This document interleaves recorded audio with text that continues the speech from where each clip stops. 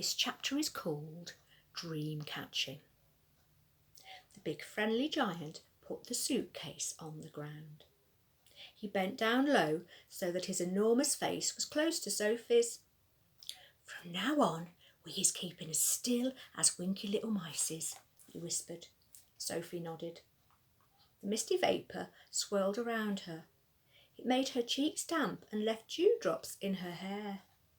The BFG opened the suitcase and took out several empty glass jars.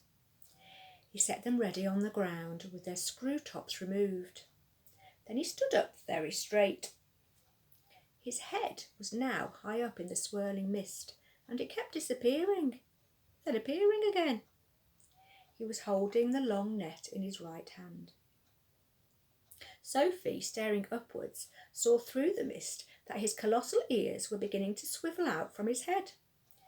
They began waving gently to and fro. Suddenly the BFG pounced. He leapt high in the air and swung the net through the mist with a great swishing sweep of his arm. "Got him!" he cried. "A jar! A jar! Quick, quick, quick!" Sophie picked up a jar and held it up to him. He grabbed hold of it. He lowered the net. Very carefully, he tipped something absolutely invisible from the net into the jar. He dropped the net and swiftly clapped one hand over it. "The top," he whispered. "The jar top, quick!" Sophie picked up the screw top and handed it to him. He screwed it on tight and the jar was closed. The BFG was very excited. He held the jar close to one ear and listened intently. "It's a wink squiffler," he whispered with a thrill in his voice. It's even better. It's a fizz wizard. It's a golden fizz wizard." Sophie stared at him. Oh my," he said, holding the jar in front of him. "This will be giving some little toddler a very happy night when I is blowing it in." "Is it really a good one?" Sophie asked. "A good one," he cried. "It's a golden fizz wizard. It is not often I is getting one of these." He handed the jar to Sophie and said, "Please be still as a starfish now. I is thinking there may be a whole swarm of fizz wizards here today. And do kindly stop breathing. You is terribly noisy down there." "I haven't moved a muscle," Sophie said. "Then don't," the BFG answered sharply. Once again he stood up tall in the mist, holding his net at the ready. Then came the long silence, the waiting, the listening, and at last, with surprising suddenness, came the leap and the swish of the net. "Another jar!" he cried. "Quick, quick, quick!" When the second dream was safely in the jar and the top was screwed down, the BFG held it to his ear. "Oh no!" he cried. "Oh, mince my maggots!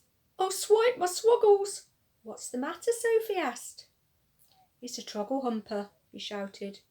His voice was filled with fury and anguish. "Oh, save our solos!" he cried. "Deliver us from weasels! The devil is dancing on me dibbler." "What are you talking about?" Sophie said. The BFG was getting more distressed every moment.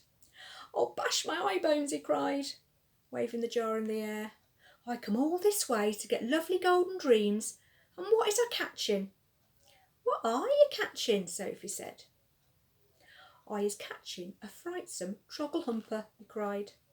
"This is a bad, bad dream. It is worse than a bad dream. It is a nightmare." "Oh dear," Sophie said. "What will you do with that?" "I is never, never letting it go," the BFG cried. "If I do, then some poor little toddler will be having the most curd-bloodling time. This one is a real kixie bog thumper. I is exploding it as soon as I get home." "Nightmares are horrible," Sophie said. "I had one once and I woke up sweating all over." "With this one you'll be waking up screaming all over," the BFG said. "This one would make your teeth stand on end.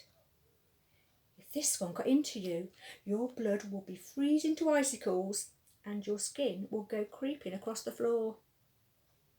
"Is it as bad as that?" "It's worse," cried the BFG. This is a real wopsy, Grob Switcher. You said it was a troggle humper, Sophie said. It is a troggle humper, cried the exasperated BFG. But it is also a bog thumper and a grob switcher. It is all three riddled into one. Oh, I is so glad. I is clutching it tight. Ah, you wicked beastie, you, he cried, holding up the jar and staring into it. Never more is you going to be bunk-doodling the poor little human beanie toddlers. Sophie, who was also staring into the glass jar, cried out, I can see it! There is something in there! Of course there is something in there, the BFG said. You is looking at a frightsome troggle humper. But you told me dreams were invisible. They is always invisible until they is captured, the BFG told her. After that, they is losing a little of their invisibility. We seen this one very clearly.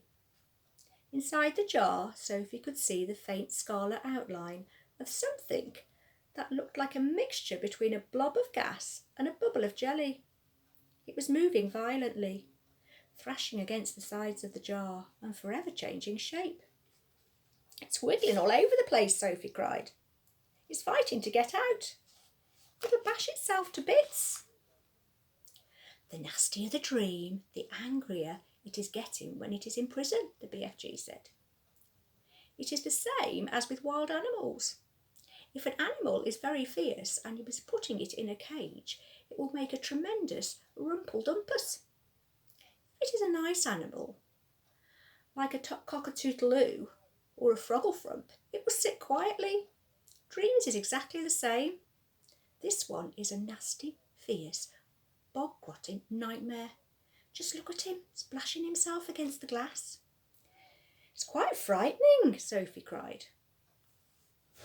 I will be hating to get this one inside me on a darksome night, the BFG said.